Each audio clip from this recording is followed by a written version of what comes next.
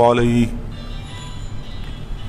ونعوذ بالله من شرور أنفسنا ومن سيئات أعمالنا من يهده الله فلا مضل له ومن يضلله فلا هادي له ونشهد أن لا إله إلا الله وحده لا شريك له ونشهد أن سيدنا وسندنا ونبينا وحبيب ربنا وطبيب قلوبنا ومولانا محمدا عبده ورسوله صلى الله تعالى عليه وعلى آله وصحبه وبارك وسلم تسليما كثيرا أما بعد فأعوذ بالله من الشيطان الرجيم بسم الله الرحمن الرحيم الحمد لله رب العالمين الرحمن الرحيم مالك يوم الدين إياك نعبد وإياك نستعين اهدنا الصراط المستقيم صراط الذين أنعمت عليهم غير المغضوب عليهم ولا الضالين آمين صدق الله مولانا العظيم وصدق رسوله النبي الأمي الكريم ونحن على ذلك لمن الشاهدين والشاكرين محترم حاضرین আল্লাহ পাকের শুকর যে আমরা আজ ষষ্ঠ সপ্তাহ এই কোরআনে কারীমের তাফসীর নিয়ে বসতে পারলাম, এজন্য আল্লাহ পাকের শুকর আদায় করি আলহামদুলিল্লাহ। কোরআনে কারীমের তাফসীর এ অত্যন্ত কঠিন বিষয়, আবার একেবারে সহজ বিষয়। কঠিন হলো তার জন্য যে পাড়াপাড়ি করে, জোর করে বোঝার চেষ্টা করে, বোঝানোর চেষ্টা করে, তার জন্য কঠিন। আর যে এই কোরআনে কারীমের তাফসীর জানার জন্য এর যে লিঙ্ক আছে, এর যে লাইন আছে, এর যে সড়ক আছে, এর যে রাজপথ আছে, ওই রাজপথে যে উঠে যায় তার জন্য সহজ। সে রাজপথ কি? সে রাজপথ আপনাদের সামনে আমি ব্যক্ত করেছিলাম। সে রাজপথ হলো যে আমি আমার উস্তাদের কাছে পড়ব, আমার উস্তাদ বলবেন যে আমি অমুকের কাছে পড়েছি, তিনি বলবেন আমি অমুকের কাছে পড়েছি। এই করতে করতে হযরত মুজাহিদের কাছে যাবে, হযরত মুজাহিদ বলবেন আমি আব্দুল্লাহ ইবনে আব্বাসের কাছে পড়েছি, আব্দুল্লাহ ইবনে আব্বাস বলবেন আমি মুহাম্মদুর রাসূলুল্লাহ সাল্লাল্লাহু আলাইহি ওয়াসাল্লামের কাছে পড়েছি। আর তিনি বলবেন যে আমি জিবরাইলের কাছ থেকে শুনেছি, আর জিবরাইল বলবেন আমি আল্লাহ পাকের পক্ষ থেকে এই মাত্র পয়গাম নিয়ে আসলাম। এই সূত্রে যে নিজেকে গ্রথিত করতে পারে তার জন্য সহজ। আর যে এই সূত্র থেকে নিজেকে দূরে সরাই নিয়ে যায়, নিজের বুদ্ধি, বিবেক, বিবেচনা, তার জ্ঞানের গভীরতা, এসব দিয়ে যে কোরআনে কারীম বুঝতে চেষ্টা করে, সে আষাঢ় পাষাঢ় খায়। এজন্য এ পর্যন্ত অনেকেই আষাঢ় পাষাঢ় খাইছে, কিন্তু যারা এই লাইনে আছে তাদের আষাঢ় পাষাঢ় খাওয়ার কোনো আশঙ্কা নাই। আল্লাহ পাক রব্বুল আলামিন যেন আমাদেরকে সঠিক লাইনে থাকবার তৌফিক দান করেন। তো আমি আপনাদের সামনে আলোচনা করতেছিলাম, পিছনের আলোচনা আর উল্লেখ না করে সামনের দিকে যাত্রা করি। কোরআনে কারীম যখন শুরু করব, প্রথমে পড়তে হয় আউযু বিল্লাহ। আর আগে আপনাদের সামনে যখন আমি খুতবা পড়ি তখন বলি কি ওয়া নাউযু বিল্লাহি মিন শুরুরি আনফুসিনা, তখন বলি নাউযু বিল্লাহ বহু বচন দিয়ে। আর কোরআন শরীফ পড়তে সময় বলবো আউযু বিল্লাহ এক বচন, মানে আমি। আর খুতবার সময় পড়ি নাউযু বিল্লাহ মানে আমরা। ব্যাপারটা কি? ওখানে নাউযু বিল্লাহ পড়া যায় না। আজ পর্যন্ত কোরআন শরীফ পড়তে গিয়ে কেউ নাউযু বিল্লাহ পড়ছে? অনেকে বলে নাউযু বিল্লাহ মানে পানা চাওয়া, আর আউযু বিল্লাহ মানে পানা চাওয়া না, বরং আশ্রয় নেওয়া। আসলে কিন্তু আউযুবিল্লাহ নাউযুবিল্লাহর তর্জমা একই। আউযুবিল্লাহ নাউযুবিল্লাহর তর্জমা কি একই, কিন্তু কোরআনে কারীম পড়তে সময় আউযুবিল্লাহ এজন্য পড়বো যে আল্লাহ পাক রব্বুল আলামিন স্পেসিফিক সুনির্দিষ্টভাবে প্রত্যেককে নির্দেশ দিয়েছেন, তুই যখন কোরআন শরীফ পড়বি আউযুবিল্লাহ পড়িস। ফাইদা ক্বারাতাল কুরআন ফাস্তাইজ বিল্লাহি মিনাশ শাইতানির রাজীম। আল্লাহ পাক বলেন, যখন তুমি কোরআনে কারীমের তেলাওয়াত করবে তো আল্লাহর আশ্রয় প্রার্থনা করো। তুমি আলাদা আলাদা প্রত্যেককে বলছেন, আলাদা আলাদা যখন বলছেন, এই জন্য আমি এক বচনের সঙ্গে আমি আপনি সকলেই পড়বো আউযু বিল্লাহি মিনাশ শাইতানির রাজীম। আউযু বিল্লাহর অর্থ কি? এক কথায় বলতেছি। এখন আমি আপনাদের সামনে কোরআনে কারীমের 11 পারার সার সংক্ষেপ পেশ করতেছি, প্রথম থেকে নিয়ে 11 পারা। এই 11 পারার সার সংক্ষেপ আমরা সামান্য কয়েকটা কথার মধ্যে আমাদের সামনে আনার চেষ্টা করতেছি। আউযুবিল্লাহ মানে কি? আউযুবিল্লাহ মানে নাফিররু মিন গায়রিল্লাহ, গায়রুল্লাহ থেকে আমরা দৌড় দিচ্ছি। গায়রুল্লাহ থেকে কি করতেছি? দৌড় দিতেছি। গায়রুল্লাহ থেকে ভাগতেছি। বিসমিল্লাহ ওয়া নালতাসিকু বিল্লাহ, আর আল্লাহর সঙ্গে মিশতেছি। আউযুবিল্লাহ, গায়রুল্লাহ থেকে ভাগতেছি। বিসমিল্লাহ, বিসমিল্লাহর সাহায্যে আল্লাহর সঙ্গে মিশতেছি। বিসমিল্লাহির রহমানির রহিম। এরপরেই তো সূরা ফাতিহা না? সূরা ফাতিহার মানে কি? ওয়া নাসআলুল্লাহ আইয়াফতাহা লানা আবওয়াবার রাহমাতি ওয়া আবওয়াবাল উলুমি ওয়াল মাগফিরাতি বিল ফাতিহা, আর আল্লাহর কাছে আবেদন করতেছি তিনি যেন আমাদের জন্য সূরা ফাতিহার সাহায্যে উলুম, সমস্ত ইলমের দরওয়াজা, রহমতের দরওয়াজা, মাগফিরাতের দরওয়াজা যেন তিনি আমাদের জন্য উন্মুক্ত করে দেন। সূরা ফাতিহা, তো সূরা ফাতিহার সারসংক্ষেপ কি? সারসংক্ষেপ যে আল্লাহ পাকের কাছে আবেদন করতেছি তিনি যেন আমাদের জন্য ইলমের সমস্ত দরওয়াজা, রহমতের সমস্ত দরওয়াজা, হেদায়েতের সমস্ত দরওয়াজা, মাগফিরাতের ক্ষমার সমস্ত দরওয়াজা তিনি আমাদের জন্য যেন উন্মুক্ত করে দেন। এই আবেদন পেশ করতেছি সূরা ফাতিহার মাধ্যমে। কথাটা পরিষ্কার হয়েছে? হ্যাঁ। এবং ঘোষণা করতেছি, কি ঘোষণা? ইয়াকা না'বুদু, আমরা তোমারই ইবাদত করি। ওয়ালা না'বুদুল বাকারা, আমরা গাভীর ইবাদত করি না। সূরা ফাতিহার পরেই তো সূরা বাকারা। সূরা ফাতিহার পরে কি? সূরা বাকারা। দেখেন কোরআনে কারীমে মিলটা কেমন। হ্যাঁ, যে আমরা তোমারই ইবাদত করি। ওয়ালা না'বুদুল বাকারা, আমরা গাভীর ইবাদত করি না। কাল ইহুদ, যেমন ইহুদিরা গাভীর ইবাদত করছে। ওয়াকাল হুনুদ, যেমন নাকি হিন্দুরা গাভীর ইবাদত করে।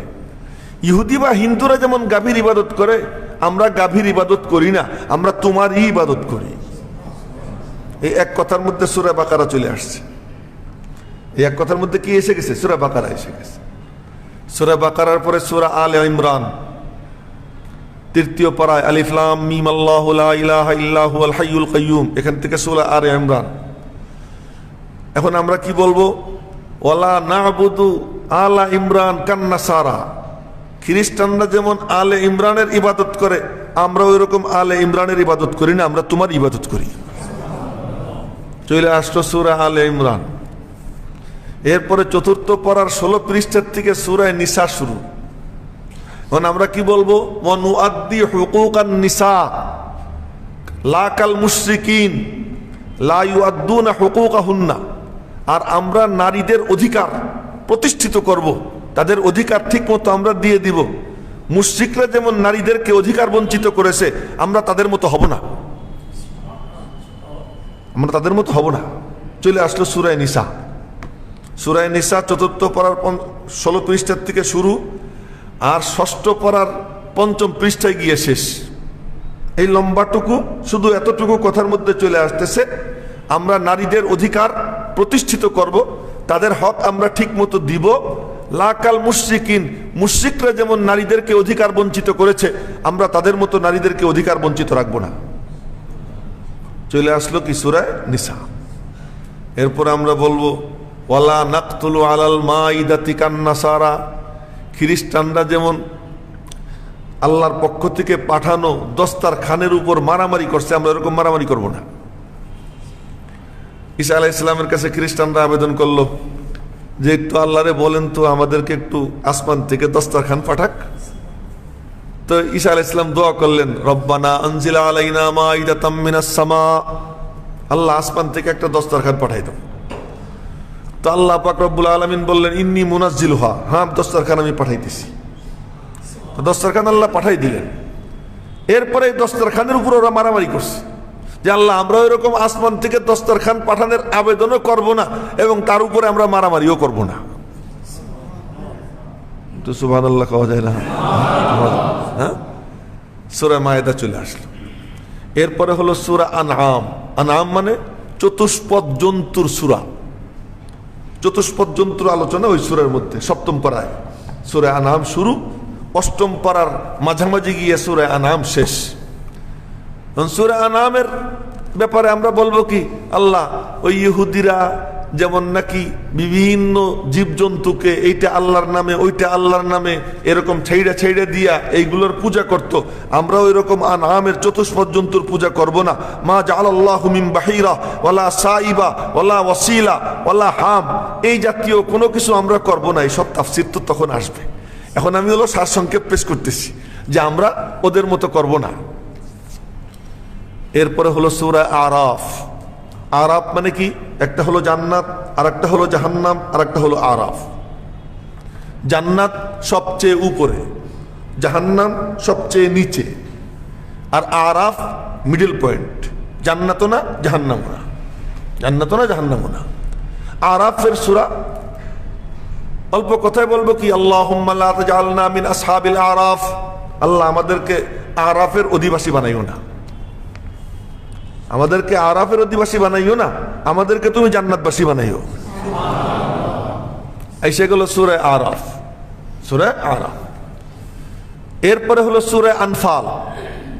সূরা আনফাল, আনফাল মানে গনিমতের মাল।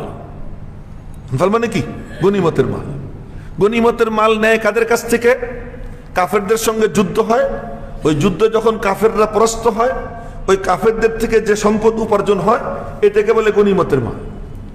তো এখন সূরা আনফাল এর সারসংক্ষেপ কি, আল্লাহুম্মা লা তাজআলনা মিনাল্লাযীনা তুখাযু মিনহুম আমওয়ালুহুম ওয়া আনফালুহুম, আল্লাহ আমাদেরকে এমন বানাইও না যাদের থেকে গনিমতের মাল নেওয়া হয়, অর্থাৎ মুসলমানদের বিরুদ্ধ শক্তি আমাদেরকে বানাইও না, বরং মুসলমানদের পক্ষ শক্তি আমাদেরকে বানাইও। সেগুলো সূরা আনফাল নবম পারার পঞ্চম পৃষ্ঠা 16 পৃষ্ঠার থেকে শুরু, আর দশম পারার পঞ্চম পৃষ্ঠায় গিয়ে শেষ। কত? আধা পারা। কত? আধা পারা। ওয়ালা তাজআলনা মিনাল্লাযীনা তুখাযু মিনহুম আমওয়ালুহুম ওয়া আসলাবুহুম হাত্তা ইয়াতুবু তাওবাতান নাসুহা। এরপরে হলো সূরা তাওবা। আল্লাহ আমাদেরকে এমন বানাইও না যাদেরকে মারা হয়, যাদের থেকে গনিমতের মাল ছিনিয়ে নেওয়া হয় তওবা করা পর্যন্ত। তওবা করলে পরে তাদের মুক্তি, তার আগ পর্যন্ত তাদের মুক্তি নেই। আমাদেরকে তাদের মতো বানাইও না, অর্থাৎ আমাদেরকে মুশরিকদের অন্তর্ভুক্ত বানাইও না, মুনাফিকদের অন্তর্ভুক্ত বানাইও না। হাত্তা ইয়াতুবু তাওবাতান নাসুহা কাতাওবাতি ইউনুস, যতক্ষণ পর্যন্ত না তারা তওবা করে ইউনুস আলাইহিস সালামের তওবার মতো। ইউনুস আলাইহিস সালামের তওবার মতো বলে সূরা ইউনুসও এর মধ্যে দাখিল হয়ে গেল। সূরা ইউনুস হলো সূরা তওবার পরে 11তম পারায়। তো আমরা এই মাত্র 4-5 মিনিটের মধ্যে এই 11 পারার তাফসীর জেনে ফেলাইলাম। কয় পারার তাফসীর জানলাম? 11 পারার তাফসীর জানলাম। এখন আবার শুরু করতেছি, প্রথম থেকে বলতেছি, মনোযোগ দিয়ে শুনবো। আউযু বিল্লাহ নাফিরু মিন গায়রিল্লাহ, গায়রুল্লাহ থেকে ভাগতেছি। বিসমিল্লাহ, আল্লাহর সঙ্গে জুড়তেছি। আলহামদুলিল্লাহ, সূরা ফাতিহা। আল্লাহর কাছে আবেদন পেশ করতেছি, মালিক তুমি আমাদের জন্য সমস্ত ইলমের দরওয়াজা উন্মুক্ত করে দাও, রহমতের দরওয়াজা উন্মুক্ত করে দাও, ক্ষমার দরওয়াজা উন্মুক্ত করে দাও, হেদায়েতের দরওয়াজা উন্মুক্ত করে দাও। তোমার কাছে আবেদন করতেছি বিল ফাতিহা, সূরা ফাতিহার সাহায্যে। সূরা ফাতিহার মধ্যে বলতেছে ইয়াকা নাবুদু, আমরা তোমারই ইবাদত করি আর কারো না। যেমন নাকি ইহুদিরা গাভীর পূজা করে, আমরা গাভীর পূজা করি না। খ্রিস্টানরা আলে ইমরানের পূজা করে, আমরা আলে ইমরানের পূজা করি না। মুশরিকরা নারীদেরকে অধিকার বঞ্চিত রাখে, আমরা নারীদেরকে অধিকার বঞ্চিত রাখবো না, নারীদের অধিকার ঠিক মতো দিব। সূরা নিসা চলে আসলো। এরপরে সূরা মায়দা, আল্লাহ আমরা দস্তারখানের উপর মারামারি করব না, চলে আসলো। আল্লাহ আমরা জীবজন্তুকে পূজার জন্য বানাবো না, সূরা আনাম চলে আসলো। আল্লাহ আমাদেরকে আরাফের অধিবাসী বানাইও না, সূরা আরাফ চলে আসলো। আল্লাহ তুমি আমাদেরকে এমন দলভুক্ত বানাইও না যাদের থেকে গনিমতের মাল নেওয়া হয়, সূরা আনফাল চলে আসলো। আল্লাহ তুমি আমাদেরকে এমন দলভুক্ত বানাইও না যাদেরকে মারা হয় যতক্ষণ না তারা তওবা করে, সূরা তওবা চলে আসলো। এমন তওবা যে তওবা নাকি তওবাতান নাসুহা হবে, ইউনূস আলাইহিস সালামের তওবার মতো, সূরা ইউনূসের মধ্যে শামিল হয়ে গেল। তো মোটামুটি 11 পারার তাফসির এই অল্প কয়েক কথার মধ্যে আমাদের সামনে হাজির হয়ে গেছে। এজন্য একটু আল্লাহ পাকের শুকর আদায় করি, আলহামদুলিল্লাহ। তো আমরা সূরা ফাতিহা শুরু করছিলাম না? সূরা ফাতিহা প্রথমেই বিসমিল্লাহির রহমানির রহিম না, একটু তো তাফসির, তো এটা তো ওয়াজ না, এজন্য একটু লক্ষ্য দিয়ে মনোযোগ দিয়ে শুনবো। বিসমিল্লাহির রহমানির রহিম। বিসমিল্লাহির রহমানির রহিম। আল্লাহ কাকে বলে, আল্লাহর সঙ্গে আমি আপনাদের সামনে পেশ করেছি। রহমান রহিম এরও মোটামুটি ব্যাখ্যা বিশ্লেষণ তো অনেক লম্বা, অত লম্বার দিকে যাব না, সংক্ষেপে বলছি। বিসমিল্লাহ, শুরু করছি আল্লাহর নামে, যিনি সমস্ত পূর্ণ গুণাবলীর মালিক এবং যার অস্তিত্ব নিজস্ব এবং সমস্ত কিছু তার থেকে অস্তিত্ব ধার করনেওয়ালা, যিনি রহমান রহিম।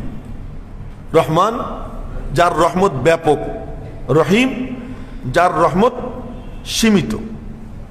সীমিত রহমতওয়ালাকে রহিম বলা হয়, আর অসীম রহমতওয়ালাকে কি রহমান বলা হয়।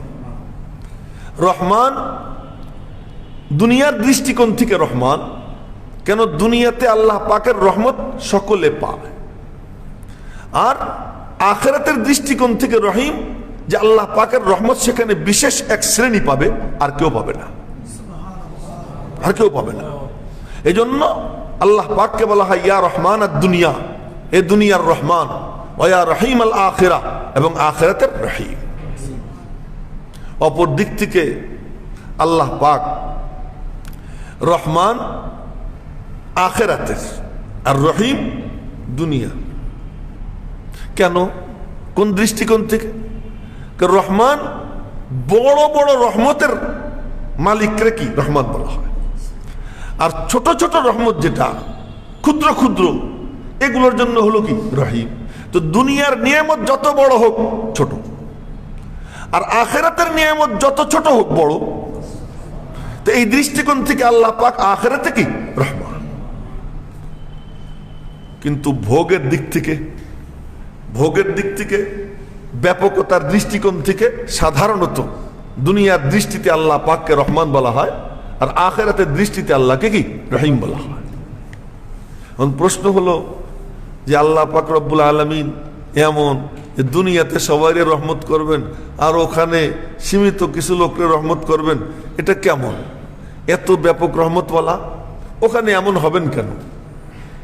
এটা একেবারে কমন সেন্সের ব্যাপার যে আমরা যখন খেতে ধান বুনি, পানি কি বাইসে বাইসে দেই না পুরা খেতে দেই? পুরা খেতে দেই না? আচ্ছা, ঘাস বাদ পড়ে বা আগাছা বাদ পড়ে না আগাছা পরগাছা ধান সব সহ পানি দিই? সব সহ পানি দিই। এরপরে যখন ধান হয়ে যায়, পেকে যায়, কাটতে সময় কি পুরো গোড়ার থেকে কাটি না কিছু রাইখে কাটি? কথা বলে না, কিছু বেশিরভাগ রাইখে কাটি। ওই যে আমন ধান হয় যে আমাদের গ্রামগঞ্জে, এই আমন ধান সুবহানাল্লাহ কত বড় না, এই উপর থেকে একটু কাটে, বাকিটা কি খেতে পড়ে থাকে। আচ্ছা, ওই কাইটাই না এরপরে কি ওই পুরাটা গুলার মধ্যে রাখি না, এটা আবার মাড়াই, মাড়ানোর পরে এরপরে কি ওই পুরা ধান সব একসঙ্গে নেই নাকি আবার ঝাড়ি, ঝাড়িটা জুড়ে সব আবর্জনা ফেলাইয়া গুলার মধ্যে স্থান পায় চিটা মুক্ত, যার মধ্যে দানা আছে সলিড ধান গুলোকে গুলায় জায়গা দেওয়া হয়। আল্লাহ পাক রব্বুল আলামিন দুনিয়াতে সকলের উপরে রহমত করেন।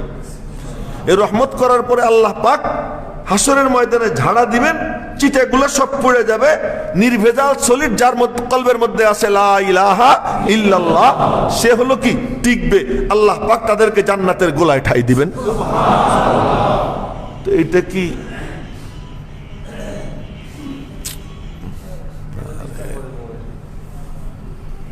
এটা কি ইনসাফ না জুলুম? বলেন না কেন, এটা কি ইনসাফ না জুলুম? ইনসাফ কাকে বলে আর জুলুম কাকে বলে এর সংজ্ঞাটাও দেয় না রাখি। জুলুম বলা হয় ওয়াজউশাইয়ি গায়রি মাহাল্লিহি, যে জিনিস যেখানকার না ওখানে রাখার নাম হলো কি জুলুম। আর ইনসাফ হলো যার যে স্থান ওই স্থান দেওয়ার নাম হলো কি ইনসাফ। এই টুপি এটারে আমি মাথায় না দিয়া এটারে আমি হাতের উপরে ঝুলে এলাম, এটা কি জুলুম। কেন? টুপির জায়গা কি মাথা, হ্যাঁ টুপির জায়গা মাথা।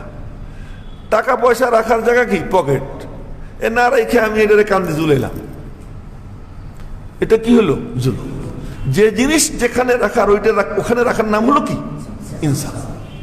দুষ্ট ছেলে তারে আদর করাটা ইনসাফ না জুলুম?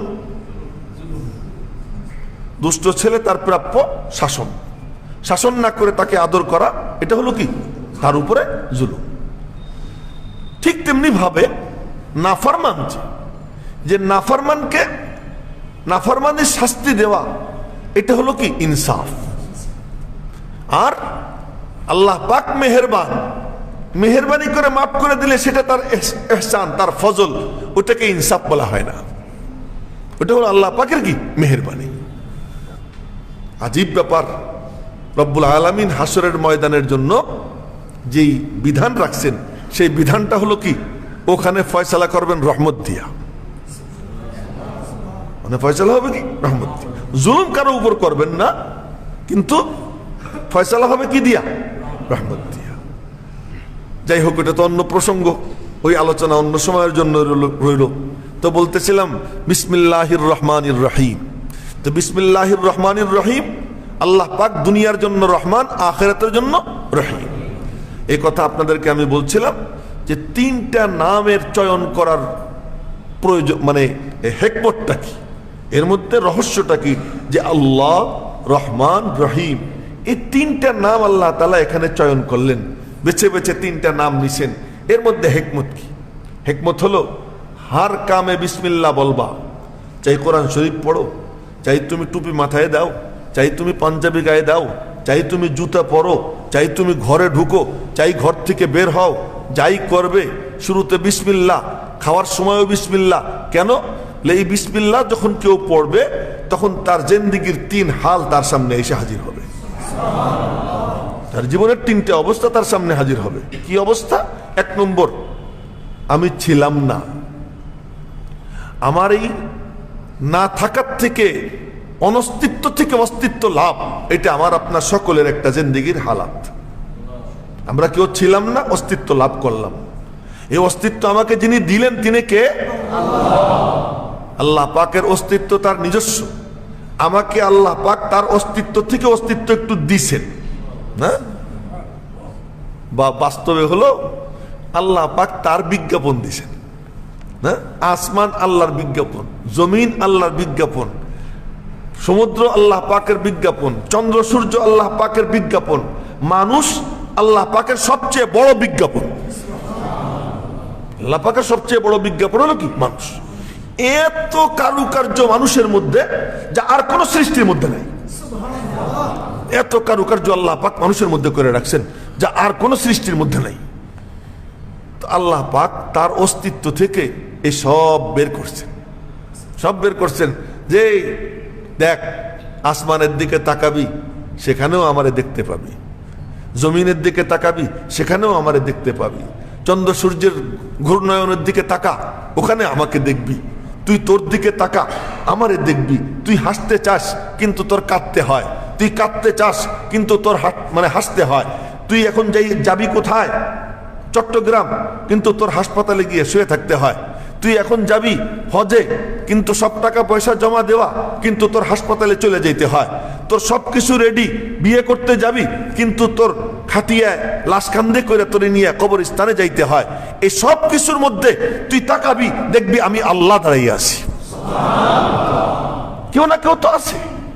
তো আল্লাহ পাক তার বিজ্ঞাপন দিছেন যে আমার বিজ্ঞাপন, এই মানুষও কি আমার বিজ্ঞাপন। তো আমার জিন্দেগির এক হাল, আমি ছিলাম না, অস্তিত্ব লাভ করলাম, দিলেন কে? আল্লাহ। আমি তো আমার দিকে তাকাইলে কারে দেখতে পাই? আল্লাহরে দেখতে পাই। অফি আনফুসিকুম আফালা তুবসিরুন। তুমি কি তোমার দিকে একবার তাকাও না? তোমার হাতের তালু কি সুন্দর, একটা পশমও নাই। পিঠের দিকে তাকাও, দেখো কত পশম, হ্যাঁ কত পশম এখানে।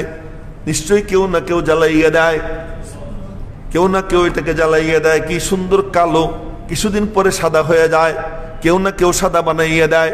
দাঁতগুলো কত শক্ত, তুমি কোনো কিছু চাবাও, হাড় কটমট কটকট করে তুমি চাবাও, চূর্ণ বিচূর্ণ করে ফেলো। আবার একটা সময় সামান্য একটু শক্ত তোমার দাঁতে লাগে, তোমার দাঁত পড়ে যায়, তা তুমি কি করতে পারো না, চাবাইতে পারো না, চূর্ণ বিচূর্ণ করতে পারো না। নিশ্চয়ই কেউ না কেউ পিছনে কার সাজ একজন আছে যে তার কারিগরি চালাইতেছে। ওয়াফি আনফুসিকুম আফালা তুবসিরুন। তো তুমি কি তুমি না তুমি আল্লাহর থেকে আসা একটা কিছু? তো আমি ছিলাম না, আমি অস্তিত্ব লাভ করলাম, এই আমার জীবনের এক অবস্থা। যখন মানুষ বিসমিল্লাহ বলবে তখন তার নিজের জিন্দেগির প্রথম অবস্থার কথা মনে পড়ে যাবে। কথাটা কি বুঝাইতে পারছি? পরিষ্কার হয়েছে? এই অস্তিত্ব লাভ করার পরে আমার চলমান জীবন, এই চলমান জীবনের প্রতি মুহূর্তে মুহূর্তে আমি যার দয়ার উপরে ভাসমান তিনি হলেন রহমান। এক সেকেন্ডের জন্য দয়া সরে যায় তা আমি অচল হয়ে যাই। আমি কি দিয়ে দেখি? আমার চোখ দিয়ে দেখি না। কোন জিনিস দিয়ে দেখি? চোখের কোন জিনিস দিয়ে দেখি? কি দিয়ে দেখি? আর কিচ্ছু না। ওখানে আমার আল্লাহর রহমত দিয়ে আল্লাহ আমারে দেখায়। আমার কানের একটা ছিদ্র, আরো অনেকের কানের ছিদ্র আছে, অনেকে শোনে না, আর আমি একটা পাতা পড়লেও শুনি। তা আমারে কে শুনাইতেছে? রহমান। কে শুনাইতেছে? রহমান। সুবহানাল্লাহ, সুবহানাল্লাহ, রহমান। তো আমার জীবনের প্রতি মুহূর্তে মুহূর্তে আমি যার দয়ার উপরে ভাসমান তিনি হলেন কে? রহমান। রহমান, তিনি হলেন রহমান। আবার এই জীবন সাঙ্গ হবে, এই জীবন লীলা সাঙ্গ হওয়ার পর পুনরুত্থিত হব, পুনর্জীবন লাভ করব। ওই তখন ময়দানে হাসরে আল্লাহ পাকের সামনে উপস্থিত হব। তখন আমাকে যিনি পরিত্রাণ দিবেন সেই পরিত্রাণ দেনেওয়ালা সত্তার নাম হলো রহিম। রহিম। তো দুনিয়াতে আমার চলমান জীবনের প্রতি মুহূর্তে মুহূর্তে যার দয়ার উপরে আমি ভাসমান তিনি হলেন রহমান। আর এই জীবন সাঙ্গ হওয়ার পরে পরকালে যার দয়া আমি মুক্তি পাবো তিনি হলেন রহিম। তো আমার জীবনের শুরুতেও তিনি, চলমান জীবনের প্রতি মুহূর্তে মুহূর্তে তিনি, আবার জীবন সাঙ্গ হওয়ার পরে পুনরুত্থিত যখন হব তখনও তিনি। তা আমি কার প্রশংসা করব? আর তো কারো প্রশংসা আমার জন্য করা উচিত না। প্রশংসা করলে কেবল তিনি প্রশংসা আমার পেতে পারেন, আর কেউ পেতে পারেন না। তাই বিসমিল্লাহির রহমানির রহিম বলেই আলহামদুলিল্লাহি রাব্বিল আলামিন। আলহামদুলিল্লাহি রাব্বিল আলামিন। সমস্ত প্রশংসা কার? আল্লাহ।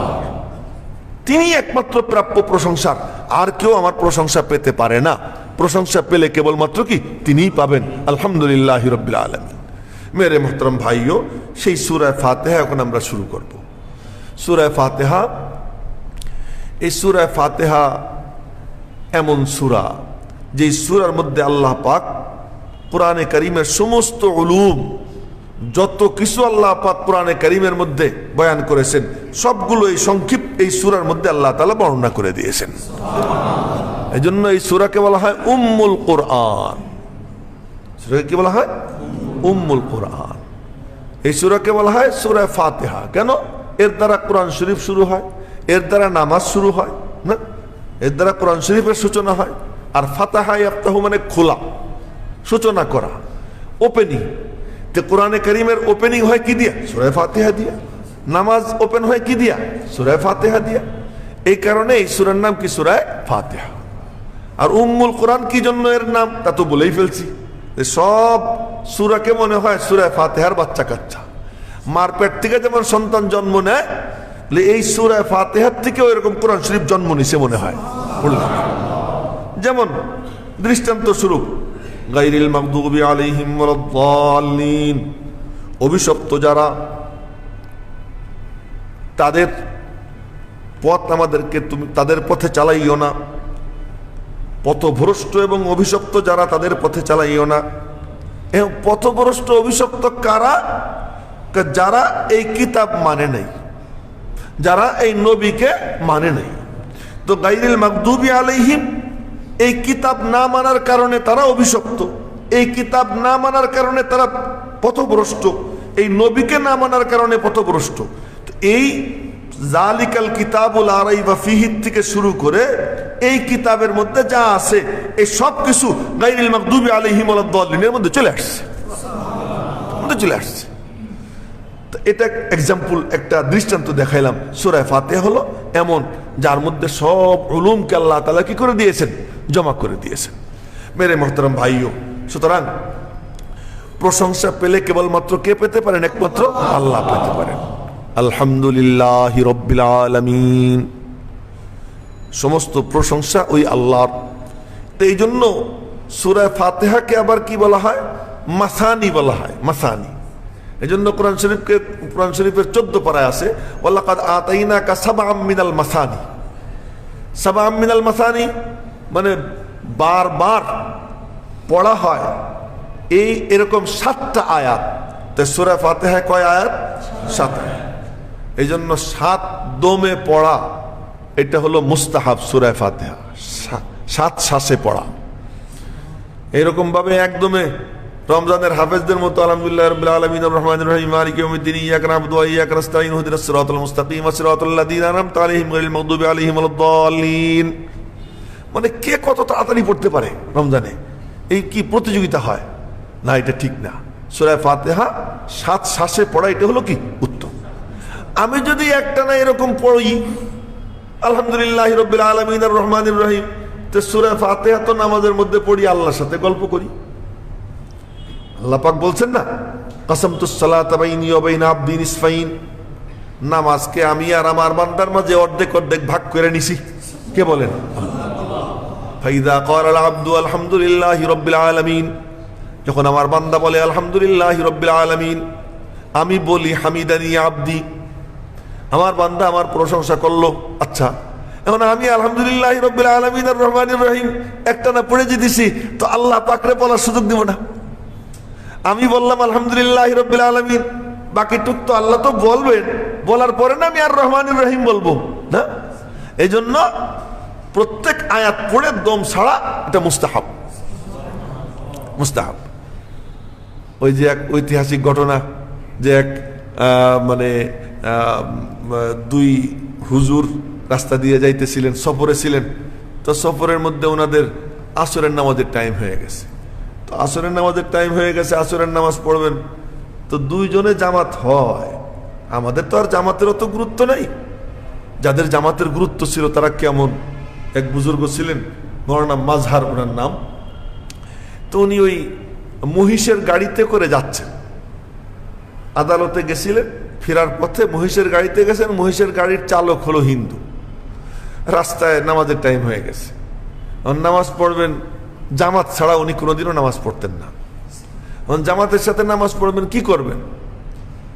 তো উনি চালকরে বললেন গাড়ি থামাও। গাড়ি থামাইছে। তো এরপরে উনি গিয়া অজু করছেন, অজু করে সুন্নত পড়ছেন। সুন্নত পড়ে বসে বসে করতেছেন যে আল্লাহ, আমি তো জামাত ছাড়া নামাজ পড়ি না, তুমি আমার জামাতের ব্যবস্থা করে দাও। দোয়া করতেছেন। ওই দোয়া করতেছেন, এমন সময় ওই গাড়ির চালক হিন্দু এসে বলতেছে, হুজুর আমারে কালিমা পড়াই দেন, হুজুর আমারে কালিমা পড়াই দেন। ওরে কালিমা পড়াইছেন, মুসলমান হয়েছে, বললেন যা উজু করে আয়। উজু করে আসছে, এরপরে জামাতের সাথে কি করছেন? নামাজ পড়ছেন। তো মানে জামাতের গুরুত্ব যাদের কাছে, আল্লাহ পাক তাদের জন্য ইন্তজামও কেমন করেন, এটা মানে অভাবনীয়, অভাবনীয়। চিন্তা করা যায় যে ওনার জামাতটা করার জন্য আল্লাহ পাক ওই হিন্দুরে মুসলমান বানাইয়া জামাতের ইন্তজাম করে দিছেন। তো ওই দুই বুজুর্গ আলেম, তারা জামাত, দুইজনে তো জামাত হয়, কিন্তু তিনজন হইলে জামাতটা কমপ্লিট হয়। তো এখন এদিক ওদিক তাকাইতেছেন আর কাউকে দেখা যায় কিনা। তো এর মধ্যে দেখছেন যে একজন লাকড়ির বোঝা মাথায় নিয়ে যায়। তো ডাক দিছেন, এ বাবা এদিক আসো। কি আসছে? নামাজ পড়ছো নি তুমি? না। কত আসো, আমরা তিনজন জামাতের সাথে নামাজ পড়ি। তো ওই লাকড়ির বোঝাওয়ালা কয় যে আমিও তো ঘুরে ঘুরে খোঁজ করতেছিলাম যে এমন কাউকে পাওয়া যায় কিনা জামাতের সাথে নামাজ পড়বো। লাকড়ির বোঝা মাথায় দেখা কামলা, তার মধ্যে কি আছে? জুমার সময় বললাম না, মনে আছে কিনা, যে আল্লাহর ওলি, আল্লাহর বন্ধুত্ব এটা লুকাইয়া থাকে বান্দার মধ্যে। কোন বান্দার মধ্যে এটা কে জানে? আল্লাহ জানে। তো ঠিক আছে। তখন দুই হুজুর বললেন, বাবা ওযু না থাকলে লাকড়ির বোঝা নামাইয়া তাড়াতাড়ি ওযু করে আসো। উনিও বলতেছে, হুজুর এই মুসলমান আবার বেউজু থাকে নাকি? তো এই কথা শোনার পরে দুই হুজুর নড়ে চড়ে পড়ছেন যে নিশ্চয়ই ভিতরে কিছু আছে। যাই হোক, তিনজন নামাজ ঘরে ঢুকছেন। নামাজ ঘর তো গুদাম ঘরের মতো ছিল, আগে রাস্তাঘাটের পাশে থাকতো। নামাজ ঘরে ঢুকছেন, তো ভিতরে অন্ধকার। তা বলছে যে ইমামতি কে করবে? তো দুই হুজুর কইতেছে, যাও নামাজ তুমি পড়াও। তো ও কইছে, আমি লাকড়ির বোঝা মাথায় নিয়ে ঘোরাঘুরি করি, আমি কি নামাজ পড়াবো? তোমার কোনো কথা শুনবো না। যে লোক এই কথা বলে মুসলমান বেউজু থাকে নাকি? ও ইমামতি না জানলেও আজকে ইমামতি ওরই করা লাগবে। যা সামনে যা, তুই নামাজ পড়া। ধাক্কা দিয়ে দিছে। তো একামত দিছে, আল্লাহু আকবার কয়ে নামাজে দাঁড়াইছে। আজও দাঁড়াইছে, কালও দাঁড়াইছে, আর রুকুতে যায় না, রুকুতে যায় না, রুকুতে যায় না। লম্বা টাইম, অনেকক্ষণ পরে রুকুতে গেছে। আসরের নামাজ 4 রাকাত পড়তে না হয় 10 মিনিট লাগে, 12 মিনিট লাগবে, কিন্তু প্রায় ঘন্টাখানিক লাগাই দিছে। তো নামাজ শেষে দুই হুজুর ধরছে, এই মিয়া তুমি এত লম্বা করলা, আসরের নামাজের শেষ টাইমে নামাজে দাঁড়াইছি, যদি সূর্য ডুবে যায় নামাজই তো বরবাদ। তোকে আমি তো আগেই বলছিলাম যে আমার ইমামতি দিয়েন না, দিলেন কেন? দিছি তো একটু সময়ের প্রতি লক্ষ্য রাখবো না? কত বাইরে গিয়ে দেখেন, সূর্য যদি ডুবে গিয়ে থাকে তো নামাজটা কাজা করতে হবে। তো বাইরে গিয়ে ওনারা দেখেন, সুবহানাল্লাহ, ঢুকতে সময় সূর্য যেখানে ছিল এখনো সেখানেই আসছে, কোনো সূর্যর নড়াচড়া নাই, ওই জায়গায় আছে। এখন ফিরে আসছে, ফিরে আইসে দুই হুজুর বলতেছে, বাবা সূর্য তো ঠিকই আছে, নামাজ তো হইছে, কিন্তু তুমি এত লম্বা টাইম কি করলা? আসরের নামাজ পড়তে এত লম্বা সময় কেন লাগে? হুজুর কি বলবো, আল্লাহ বলে নামাজের অর্ধেক অর্ধেক ভাগ করছেন। তো আমি একটা বললে আল্লাহ একটা বলে, তা আলহামদুলিল্লাহ রাব্বিল আলামিন আমি বলি, তা আমি শুনি না যে আল্লাহ কি বলতেছেন। তো যতক্ষণ না শুনি অতক্ষণ পর্যন্ত আমি বলতেই থাকি। মনে হয় যেন আল্লাহ পাক চাইতেছেন তুই বারে বারে বল। তো উনি বারে বারে বলতে থাকতেন। আমি বলতে বলতে বলতে বলতে হঠাৎ করে আমি শুনতে পাই যে আমার আল্লাহ বলতেছেন, হামিদানি আবদি, আমার বান্দা আমার প্রশংসা করছে। এরকম ভাবে আবার আর রহমান ইব্রাহিম বলতেই থাকি বলতেই থাকি বলতেই থাকি। আমার মালিকের পক্ষ থেকে আমি উসুল করে নেই, মালিক বলতেছেন আসনা আলাইয়া আবদি, আমার বান্দা আমার গুণকীর্তন করলো।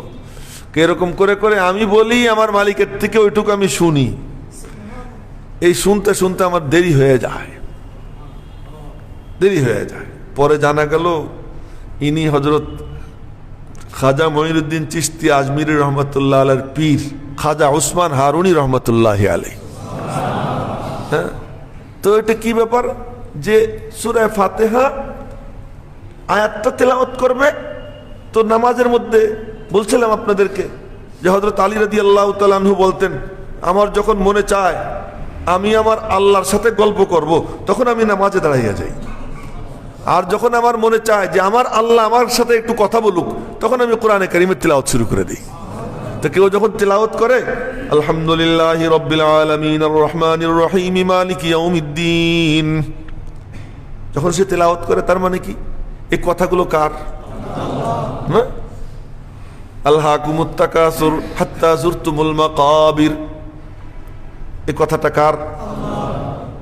আলিফ লাম মিম যালিকাল কিতাবু লা রাইবা ফীহ, কথাটা কার? তো কেউ যখন কোরআনে কারীমের তিলাওয়াত করে মনে হয় যেন আল্লাহ পাক তার সাথে কথা বলে, আল্লাহ পাক তার সাথে কথা বলে। তো হযরত আলী রাদিয়াল্লাহু তাআলা আনহু বলতেন, আমার যখন মনে চায় যে আমার আল্লাহ আমার সাথে কথা বলুক, তখন আমি কোরআনে কারীমের তিলাওয়াত শুরু করে দেই। আর যখন মনে চায় যে আমি আল্লাহর সাথে কথা বলবো, তখন আমি নামাজে দাঁড়াইয়া যাই। তো নামাজে দাঁড়াইলে বান্দার কথা হয় কার সাথে? আল্লাহর সাথে, শুরু থেকে শেষ পর্যন্ত, একদম নামাজের শুরু থেকে শেষ পর্যন্ত নামাজে দাঁড়াইয়েই বলে সুবহানাকাল্লাহুম্মা, কা মানে তুমি, আল্লাহুম্মা মানে হে আল্লাহ, ওয়া বিহামদিকা মানে তোমার প্রশংসা, ওয়া তাবারাকাসমুকা মানে তোমার নাম বড় বরকতময়, ওয়া তাআলা জাদ্দুকা তোমার মর্যাদা বড় সর্বোচ্চ। এ তুমি তুমি তুমি কারে বলতেছে? তা নামাজে দাঁড়িয়ে কার সাথে কথা বলে? আল্লাহর সাথে কথা বলে। যখন সূরা ফাতিহা পড়ে আলহামদুলিল্লাহি রাব্বিল আলামিন, ওই কথাবার্তা বইলা এরপরে যখন আল্লাহ পাকের প্রশংসা করে আলহামদুলিল্লাহি রাব্বিল আলামিন, শিখিয়ে দিয়েছেন কে? কিন্তু বান্দা বলার পরে আল্লাহ বলেন, বাহ, ওদি আমার সুন্দর প্রশংসা করলো, ওদি আমার শিখানো বলি আওড়াই আমার প্রশংসা করতেছে। এই যে আল্লাহ পাক বলে, এই জন্য সূরা ফাতিহা 7 আয়াত, বারবার পড়ার আয়াত, প্রত্যেক রাকাতে পড়ার আয়াত। এই জন্য এটাকে মাসানি বলা হয়। আর মাসানি এজন্য বলা হয় যে সূরা ফাতিহা 2 বার নাজিল হয়েছে, একবার মক্কা শরীফে নাজিল হয়েছে আর একবার মদিনা শরীফে নাজিল হয়েছে।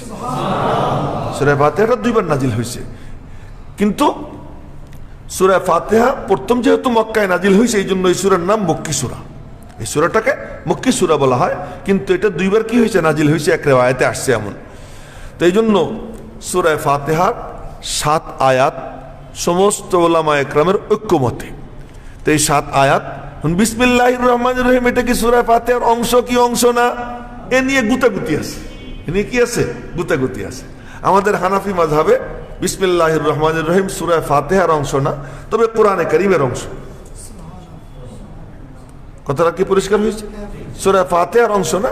এই জন্য কেউ যদি, মাসআলা বলতেছি, কেউ যদি নামাজের মধ্যে আল্লাহু আকবার সুবহানাকাল্লাহুম্মাও পড়লো না, সে আউযু বিল্লাহ পড়লো না, বিসমিল্লাহ পড়লো না, কোনো কিছু পড়লো না, এটা কোন সময় হইতে পারে?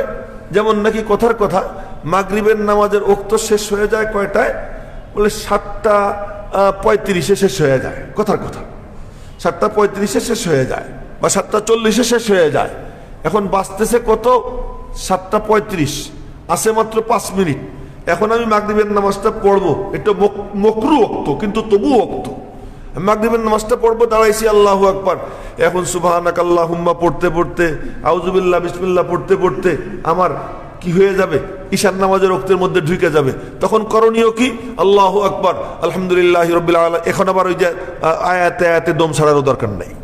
আলহামদুলিল্লাহি রাব্বিল আলামিন আর রহমানির রহিম এক টানা পড়া, এরপরে কুল আউযু বিরাব্বিন নাস মালিকিন নাস ইলাহিন নাস, আল্লাহু আকবার, একবার সুবহানা রাব্বিয়াল আযীম, দাঁড়াইলাম, সিজদায় গেলাম, একবার সুবহানা রাব্বিয়াল আলা, দ্বিতীয় সিজদায় গেলাম, একবার সুবহানা রাব্বিয়াল আলা, দ্বিতীয় রাকাতে দাঁড়াইলাম আলহামদু দ্রুত পড়া, এরপরে মিন শাররিল ওয়াসওয়াসিল খান্নাসিল্লাযী ইউওয়াসবিসু ফি সুদুরিন নাসি মিনাল জিন্নাতি ওয়ান নাস, আল্লাহু আকবার।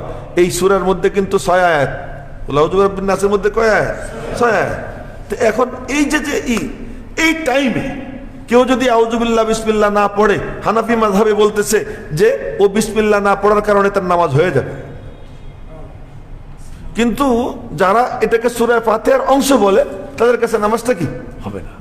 এজন্য এই মাসআলাটা জানার কি দরকার? এটা জানার দরকার যে বিসমিল্লাহির রহমানির রহিম সূরা ফাতিহার অংশ কি অংশ না। এক প্রসিদ্ধ ঘটনা আছে, ইমামে আজম আবু হানিফা রহমতুল্লাহ আলাই আর ইমাম আবু ইউসুফ রহমতুল্লাহ আলাই, এই 2 জন সফরে ছিলেন। তো ফজরের নামাজ পড়বেন, ফজরের নামাজের কোনো জায়গা পাইতেছেন না। এটা আপনারা বুঝবেন না, যারা ট্যুর করে তারা জানে, যারা ট্যুর করে তারা জানে। আমি যেমন ট্যুর করি, সফর করি, মাঝে মাঝে এমন হয় যে আধা ঘন্টা 1 ঘন্টা হয়ে যায়, নামাজের কোনো স্পেস খুঁজে পাই না। যেখানে দাঁড়াই একটু নামাজ পড়বো, হাইওয়ে রোডেও দাঁড়ানো যায় না, 2 সাইডে খাল বিল দাঁড়ানো যায় না, হিন্দু এলাকায় মসজিদ পাওয়া যায় না। এই যে অবস্থা, কোনো পেট্রোল পাম্পও নাই যে যেখানে ঢুকবো, এমন পরিস্থিতিতে মাঝে মাঝে এমন হয় যে সময় হয়ে যায়, সংক্ষেপ হয়ে যায়। যাই হোক, ওই রকম এক পরিস্থিতি আসছে, অনেক তালাশের পরে নামাজের জায়গা পাইছেন। ইমামে আজম আবু হানিফা বলছেন, আবু ইউসুফ যাও নামাজ পড়াও। ওনার নাম হলো ইয়াকুব, ইয়াকুব যাও নামাজ পড়াও। আবু ইউসুফ তো হলো ওনার ছেলের নাম ইউসুফ, তাই ওনাকে আবু ইউসুফ বলা হয়, কিন্তু ওনার নাম হলো ইয়াকুব। উনি প্রধান বিচারপতির পোস্ট অলঙ্কৃত করেছিলেন এক সময়। তো ইমাম আবু ইউসুফকে ইমামতি দিতেছেন, আল্লাহু আকবার বইলেই সূরা ফাতিহা একদমে কুল আউযু বিরাব্বিন নাস 3 আয়াত পড়া রুকুতে গেছেন, কোন রকম নামাজ শেষ করছেন। নামাজ যখন শেষ হয়েছে, ইমাম আবু হানিফা রহমতুল্লাহ আলাইহি বললেন, ফাকুহা ইয়াকুবুনা, আমাদের ইয়াকুব আজ থেকে ফকি হয়ে গেল। উনি ওনাকে মানে ফকি হওয়ার সার্টিফিকেট দিলেন এই আমলের কারণে। একবার এক সফরে গেছি, এক হুজুরে দিছি নামাজে, সময় শেষ, ম্যারাথন কিরাত ধরছে। এই যে সময়ের শেষ সময়, তাড়াতাড়ি পড়বে, যাত্রা পথে ম্যারাথন কিরাত ধরছে। নামাজের পরে কতক্ষণ বকাবকি করলাম, মিয়া সফরের তরিকা জানো না, সফরে কিভাবে ইমামত করতে হয়। তো যে কথা বলতেছিলাম সেটা হলো যে বিসমিল্লাহির রহমানির রহিম এটা সূরা ফাতিহার অংশ না, কিন্তু কোরআনে কারীমের অংশ। আচ্ছা, কোরআনে কারীমের অংশ কি কি?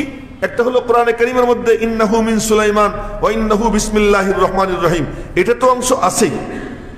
আর বিসমিল্লাহির রহমানির রহিম সূরার শুরুতে যেগুলো লেখা, এইটা আলাদাভাবে কোরআনে কারীমে নাজিল হয়েছে, কিন্তু এটা কোনো সূরার কিনা অংশ না, কিন্তু কোরআনে কারীমের আয়াত। এটা সূরার শুরুতে আনা হয় কেন?